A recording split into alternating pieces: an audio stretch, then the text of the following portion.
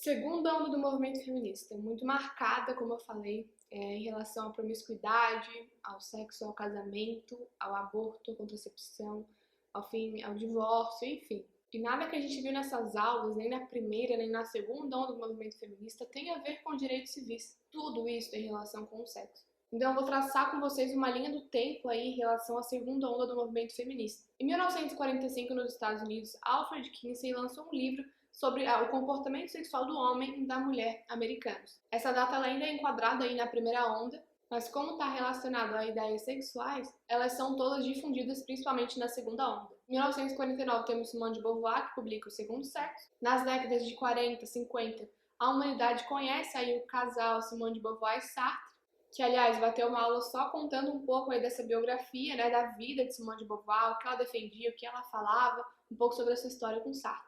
Em 1960, a pílula anticoncepcional é criada, e de 1961 em diante ela começa a ser comercializada nos Estados Unidos. Em 1963 temos Betty Friedan com o seu livro A Mística Feminina. Em 1970, Kate Millett com o livro Política Sexual. Nesse livro, Millett ela reclama que a inserção da mulher no mercado de trabalho e o direito ao voto foram inócuas, pois as mulheres continuam amando os homens, casando com eles, tendo filho com eles. Para Millett, o que a gente deve mesmo procurar é a política sexual. Aliás, é na segunda onda que a gente vai escutar esse jargão, né, de que o pessoal é político. As feministas querem se intrometer em tudo na vida da mulher. A roupa da cor que usa, o que ela veste, a cor do cabelo, se depila ou não, a criação dos filhos, em tudo. Então, na segunda onda tem esse jargão de que o pessoal é político, de que contracepção, sexo, intimidade, tudo isso é político. Em 1971, Lacan cunhou a célebre frase de que a mulher não existe. A gente costuma dizer, né, que essa questão de ideologia de gênero é da terceira onda do movimento feminista. No entanto, em 1790, a tão conhecida primeira feminista Mary Wollstonecraft já dizia que o caráter e as preferências dos homens e das mulheres eram definidos pela educação. Para Mary, se a gente fornecesse a mesma educação tanto para os homens quanto para as mulheres, né, tanto para os meninos quanto para as meninas, eles seriam iguais. E esse é o princípio da ideologia de gênero. Em 71, como eu disse, Lacan disse que a mulher não existe. E mais do que isso, de que a feminilidade ela é uma invenção. E isso também está super conectado com o nome do livro de Betty Friedan, que é aí uma feminista da segunda onda, que é a mística feminina, né? Falando que a feminilidade é algo místico, que ela não existe. Também, com a frase Simone de Beauvoir, não se nasce mulher, torna-se. Embora não cite a expressão ideologia de gênero, é evidente que está falando sobre isso. Em 1970 surge mais um livro muito importante da Shulamit Firestone, que é A Dialética do Sexo. E essa obra, ela marca o feminismo radical. E essa é mais uma coisa que a gente deve desmistificar. É comum que a gente veja as feministas atribuírem tudo que é de ruim do movimento ao feminismo radical. É assim, essas mulheres sempre afirmam, eu sou feminista, mas eu não sou radical. Na definição, o feminismo radical é aquele que busca revolução sexual, mudança de costume, mudança na sociedade e o aborto. Ou seja, qualquer feminismo radical, não existe feminismo moderado. Se você é feminista moderada, você vai defender o quê? Você vai ser contra o aborto? Contra mudanças sociais, contra os papéis de gênero, porque daí se você for contra tudo isso, você não é feminista. Por isso que a gente deve entender que as ideias feministas são radicais desde o início. Outra coisa muito importante, muita feminista diz, né? Porque isso é feminismo, não é feminismo. Feminismo, ele não existe, ele é mais uma invenção das feministas, de tudo que for ruim do movimento elas colocarem aí no feminismo. Você não acha uma teórica feminista, você não acha uma teórica que possa ter escrito um livro feminista, não existem movimentos feministas, não existem livros, não existem autoras simplesmente porque não existe feminismo. A segunda onda do movimento feminista ela termina em 1990, com a publicação do livro Problemas de Gênero da Judith Butler, esse livro aqui.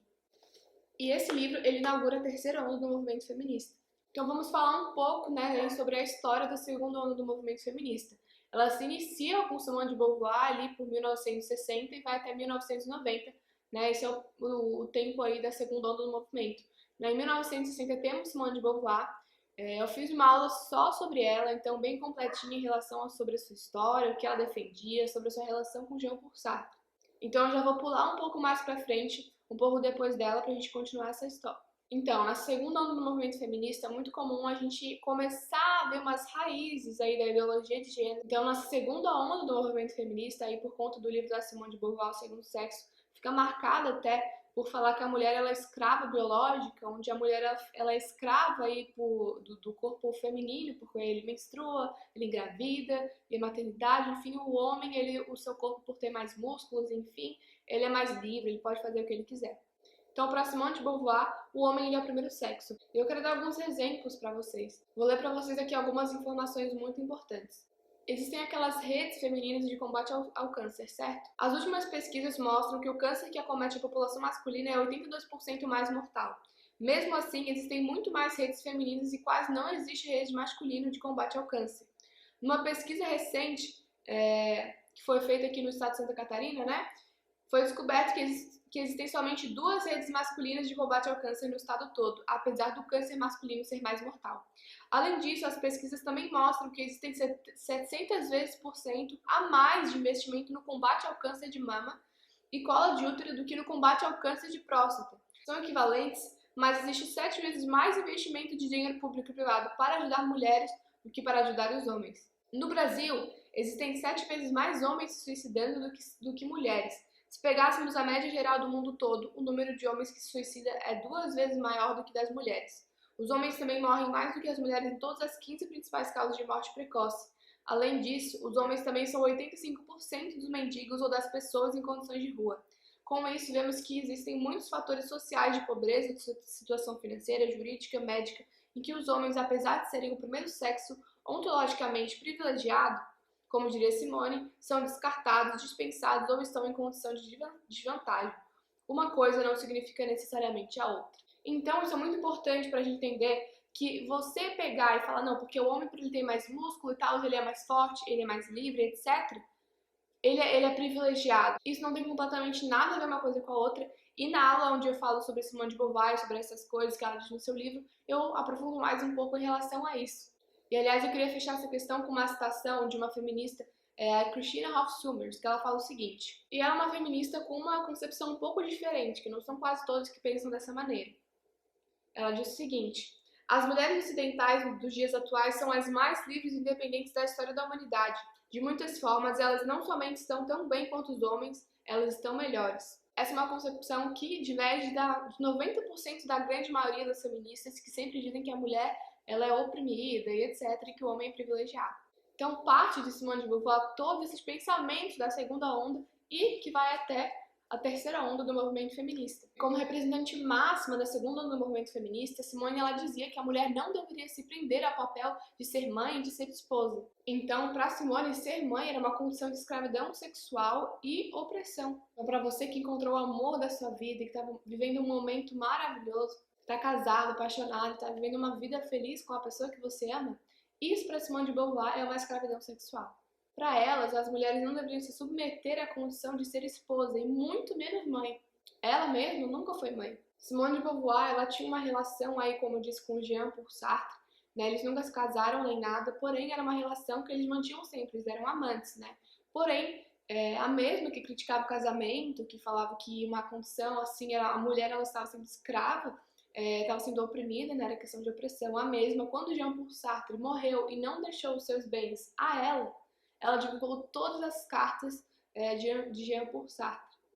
E Simone ela contava em entrevistas, em jornais, enfim, que o relacionamento entre ela e Jean-Paul Sartre era poliamoroso, né? Que era uma relação aberta, etc. Então, que hoje em dia diversas feministas defendem isso, o amor livre, um relacionamento aberto, enfim. Só que Simone de Beauvoir ela mentia para todos, mentia para a TV, mentia para os alunos, mentia para os professores, mentia para a imprensa, mentia para os biógrafos. E a real é que esse relacionamento entre ela e Sartre não era essa maravilha que ela contava que era. Na página 178 do livro Feminismo, Perversão e Subversão fala o seguinte: é impressionante perceber como uma mentira atravessa décadas, mesmo após desmentida, sustentando uma ideia fajuta de liberdade baseada no desapego. Tudo o que temos visto recentemente sobre relacionamento aberto e poliamor está espelhado em um casal que jamais passou de uma fraude, um simulacro de relação. Aliás, a própria suposta preferência de Sartre por Simone era mentirosa. Em certos momentos, Sartre tratava Simone como um amigo homem. Ela tinha qualidades masculinas, ambição, tenacidade de propósito, rigor intelectual. Ou seja, ela nunca foi feliz por ter que dividir seu relacionamento com Sartre com outras mulheres. Ou seja, Simone nunca foi feliz em ter que dividir o homem de quem gostava com outras mulheres. Como, além de mentirosa e orgulhosa, ela saiu por aí falando que o relacionamento era perfeito, sendo que na verdade não era. Outra pessoa muito importante da gente falar sobre essa segunda onda é Alfred Kinsey, como eu falei lá no início. Alfred Kinsey queria diminuir aí a idade do consentimento. Isso fazia total sentido com a vida que ele levava aliciando menores, assim como Simone de Beauvoir e Sartre. Então, para a gente se aprofundar nessa questão da pedofilia e da revolução sexual, a gente tem que lembrar de que em 1945, Alfred Kinsey lançava aí o seu livro Comportamento Sexual do Homem, né? Lançou 4 anos antes de Simone de Beauvoir, lançou O Segundo Sexo. E o que Kinsey comprova nessa obra? Nessa obra, Kinsey comprova a relação entre a revolução sexual, a pauta das mudanças dos costumes sexuais com a agenda da pedofilia. E eu não sei o que essas pessoas têm com criança, porque primeiro contraceptivo, querem impedir a criança de nascer. Depois com o aborto, querem impedir que a criança seja concebida. Não querem deixar a criança nascer. E se ela nascer, querem controlar a vida da criança com todo tipo de erotização infantil. E, enfim, em uma entrevista na revista Abril, chamada Kinsey Fala sobre Sexo, a gente lê o seguinte: falando em termos biológicos, não existe, na minha opinião, nenhuma relação sexual que eu considere anormal. Levar a cabo qualquer tipo de atividade sexual é libertar-se ao condicionamento cultural que a sociedade impõe, o que leva a fazer distinções entre o que é bem ou mal, entre o que é lícito e ilícito, entre o normal e o anormal, entre o aceitável e o inaceitável na nossa sociedade. Então ele estava contestando a questão do bem e o mal. Para ele, nada disso existe e tudo deve ser liberado. E se tudo deve ser liberado, gente, é tudo mesmo. Tipo relação com animais, com crianças, incesto, afinal, tudo isso são tipos de sexo. Isso é tão sério que depois de Alfred Kinsey ter feito aí as suas pesquisas, ele foi desmascarado por uma terapeuta chamada Judith Reisman. Infelizmente, o livro que ela fez, chamado Kinsey, Sexo e Fraude, só tem disponível em inglês. Mas para quem é bilíngue aí, vale a pena. Então, Kinsey ele é apelidado como o pai da revolução sexual. Então, lembrem que revolução sexual é o mesmo que feminismo. E para pesquisar sobre sexualidade, Kinsey ele só contratou criminosos, pedófilos e prostitutas. E ele vendeu o livro dizendo que estava falando de comportamento sexual de pessoas normais. Em seu livro, ele também abordou um pouco sobre a questão da sexualidade das crianças. Como é que ele fez isso? E aí, onde Judith Reisman, aquela terapeuta que fez aí um livro desmascarando ele, ela expôs que dentre as pessoas que faziam parte da pesquisa de Kinsey estava um pedófilo que já havia molestado mais de 800 crianças e bebês. Na página 254, no Feminismo, Perversão e Subversão, a Ana fala um pouquinho mais sobre isso. O interesse de Kinsey pelo criminoso era inquestionável, inclusive porque jamais denunciou a polícia. O fato de que Senhor X, que era o nome que a terapeuta lá dava a esse criminoso, anotava detalhes das suas experiências de pederastia, aumentava ainda mais o interesse do biólogo, que chegou a recomendar em 1944 que ele jamais desprezasse suas próprias anotações. Não deve, sob qualquer condição, destruir seus materiais. Isso ele diz no seu livro. Não deve, sob qualquer condição, destruir seus materiais. Provavelmente, os olhos de Kinsey brilhavam diante daquele monstro que parecia ser a encarnação perfeita do que Kinsey sempre defendera. Um tesouro, um homem natural, ou seja, o homem em que a moral e a inibição tinham evaporado completamente. Todas essas questões de pedofilia aparecem sutilmente na obra de Shulamit Firestone, em 1970, no seu livro A Dialética do Sexo. E no seu livro A Dialética do Sexo, da Shulamit Firestone, da página 258 a 262, ela explica ali o que o feminismo buscava, O que o feminismo buscava? A total integração das mulheres e das crianças em todos os níveis da sociedade. Todas aquelas instituições que segregam os sexos ou separam as crianças da sociedade adulta devem ser destruídas. E se as distinções culturais entre homens e mulheres, entre adultos e crianças forem destruídas, nós não precisaremos mais da repressão sexual que mantém essas classes diferenciadas, sendo pela primeira vez possível a liberdade sexual natural. Assim, chegaremos à liberdade sexual para que todas as mulheres e crianças possam usar sua sexualidade como quiserem. Serão permitidas e satisfeitas todas as formas de sexualidade. A mente plenamente sexuada tornar-se-ia universal. E não é a primeira vez que é usada essa expressão natural. Lembra que Alfred Kinsey também falava sobre isso? Ele dizia que o homem deve fazer tudo o que naturalmente sentir. Então, Shulamit Firestone está defendendo que deve acabar essas barreiras entre adultos e crianças. Então, o Firestone está defendendo que não devem existir barreiras sexuais entre adultos e crianças. E ela diz mais: assim chegaremos à liberdade sexual para que todas as mulheres e crianças possam usar sua sexualidade como quiserem. Serão permitidas e satisfeitas todas as formas de sexualidade, a mente plenamente sexuada. E isso é uma feminista que está propondo como seria um mundo perfeito. É aquele onde todos podem fazer sexo com quem quiser, na hora que quiser. E o que isso é? Revolução sexual. Há também, nesse livro aqui da Judith Butler, Problemas de Gênero, onde na página 12 ela fala sobre essa questão de que do tabu, que é o incesto, enfim, mas isso fica para a terceira onda. Em 1970, o John Money foi aí um dos pais da ideologia de gênero. Então, como a gente pode ver, a segunda onda ela foi muito marcada com essa questão sexual, que, como eu já falei, feminismo é o mesmo que revolução sexual. Então, entenda.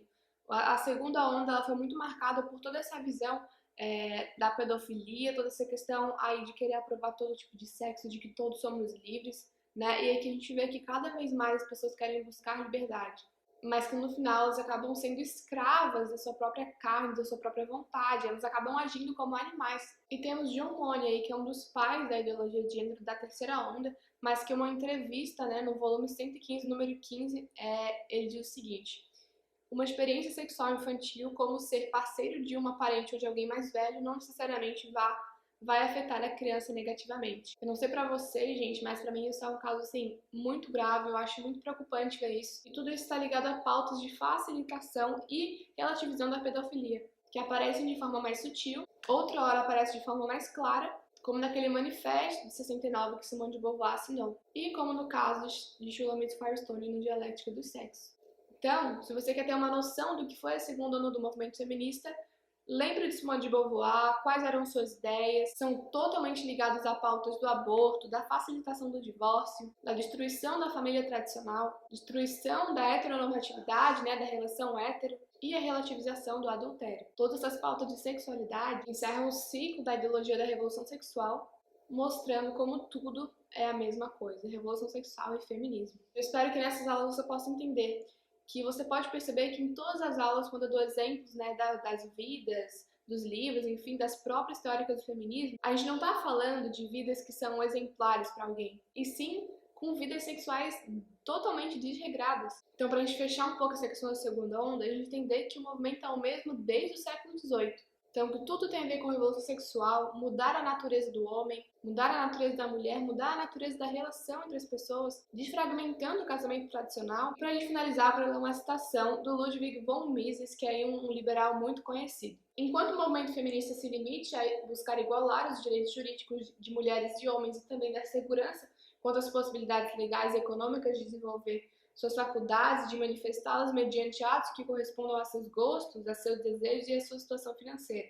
Ou seja, enquanto o movimento feminista estiver defendendo que as mulheres possam fazer o que gostam, ter liberdade, ter direitos civis, então serão somente um ramo de grande movimento liberal, que encarna a ideia de uma evolução livre e tranquila. Mises está dizendo que se o movimento feminista serve só para buscar direitos civis, direito ao voto, ao trabalho, esse tipo de coisa, ele diz que não precisaria existir porque é o mesmo que o movimento liberal, pois isso já é o que defende. Então ele quis dizer que aos poucos a sociedade vai evoluindo, as mulheres, como eu mostrei, foram inseridas naturalmente no mercado de trabalho. Isso vai acontecer de várias formas, né? Através de concessões políticas, transformações sociais, assim como aconteceu na Revolução Industrial e na Primeira Guerra Mundial. E se o movimento feminista não for isso, né? Na verdade ele não é. E Mises ele termina falando o seguinte: se ao ir além dessas reivindicações, o movimento feminista crê que deve combater as instituições da vida social, igreja, casamento e família, com a esperança de remover certas limitações que a natureza impôs ao destino humano, então já é um filho espiritual do socialismo.